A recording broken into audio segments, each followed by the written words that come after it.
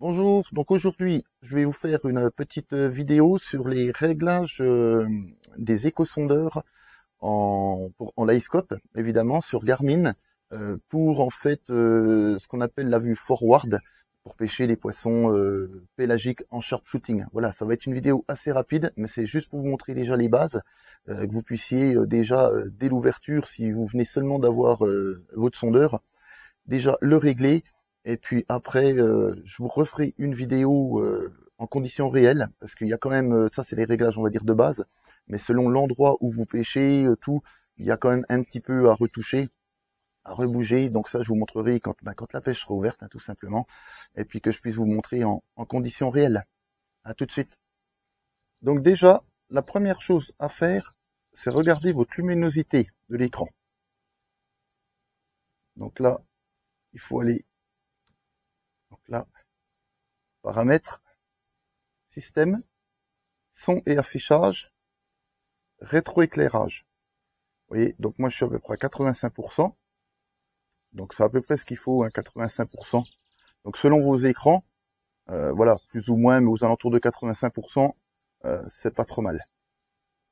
Donc là, vous allez sur le menu, donc réglage sondeur, installation, profondeur d'installation, qui est là. Et là, les paramètres sont à 0,3 d'origine. Donc ce que moi je vous conseille, c'est de mettre un petit peu plus. Donc 0,0.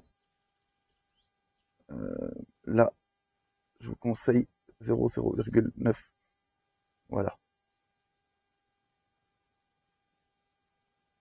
Donc là, c'est de manière à voir bien le splash sur l'eau, en fait. Voilà. Donc, vous pouvez aussi, dans le menu installation, orientation, là. Donc là, c'est pas celui-ci, c'est celui-ci. Voilà. Donc là, c'est pour régler votre décalage de faisceau. Donc là, c'est à vous de le régler comme vous voulez. Alors ça, c'est quelque chose que généralement, vous serez toujours amené à retoucher quand vous arrivez sur une zone de pêche, en fait. Voilà. Donc moi, je le laisse en bas généralement. Voilà. Donc là, on va faire retour. Donc maintenant, on va aller sur l'aspect. Donc là, c'est le code couleur.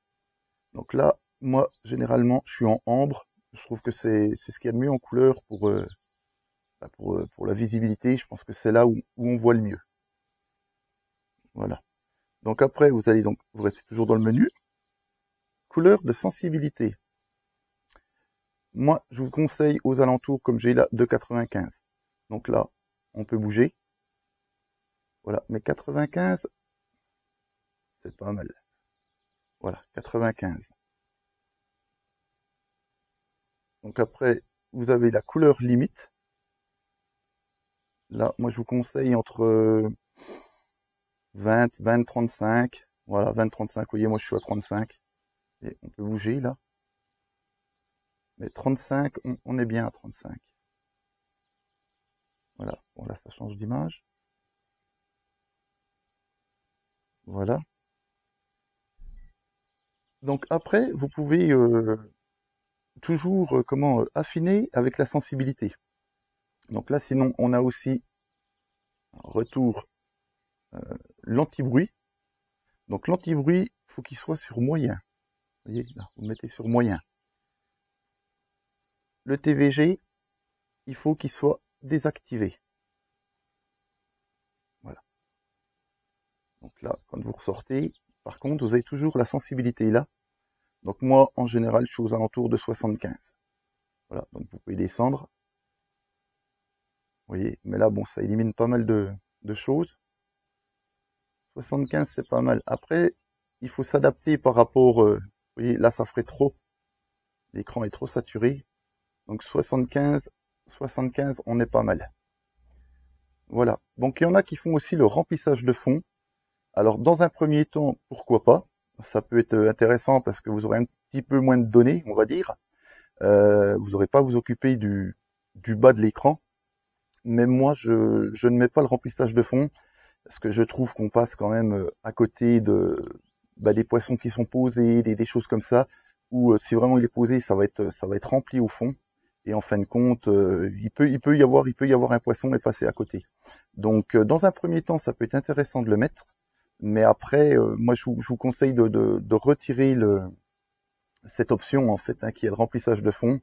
Ça fonctionne mieux, je trouve, en vertical que sur des vues forward. Voilà, donc si vous avez d'autres questions, n'hésitez pas. Et puis j'essaierai dès que possible de faire une vidéo pour vous montrer exactement en conditions réelles sur l'eau. J'espère que la petite vidéo vous aura plu, c'est assez rapide, c'est juste vraiment pour vous montrer déjà les bases. Comme je disais en début de vidéo, je vous montrerai plus longuement et plus en détail, vraiment une fois sur l'eau. Donc si vous avez aimé, pour soutenir la chaîne, n'hésitez pas, likez, abonnez-vous et on se retrouve bientôt pour une prochaine vidéo.